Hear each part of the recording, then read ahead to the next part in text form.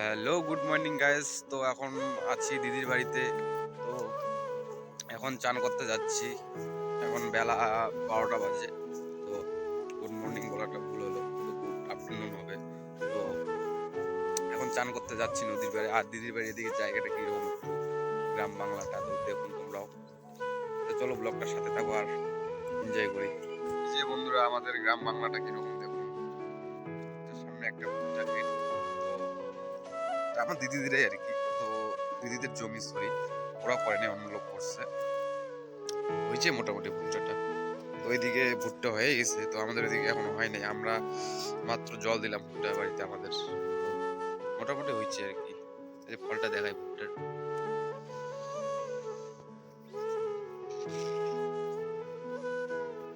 সেই রকম আর কি ভুট্টাটা হয় নাই। তো ওইদিকে সেরকম কোনো হাল করা নাই, ডাইরেক্ট জমির মধ্যে লাগা।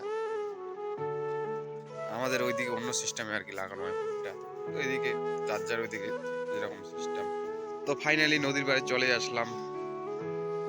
কত সুন্দর আর কি নদীর পাড়টা। তো বন্ধুরা একটু কমেন্ট করে বলবেন জায়গাটা কিরকম লাগে আপনাদের।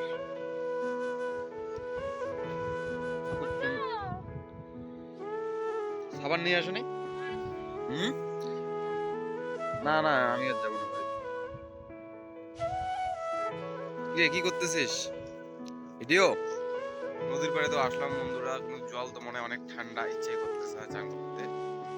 তুমি আগে করো, হ্যাঁ, আমি পরে করি। হুম, ঠান্ডা লাগতেছে প্রচুর। অনেকদিন পর চান করবো নদীতে বন্ধুরা। তো বন্ধুরা ব্লগটার সাথে থাকো আর এনজয় করো।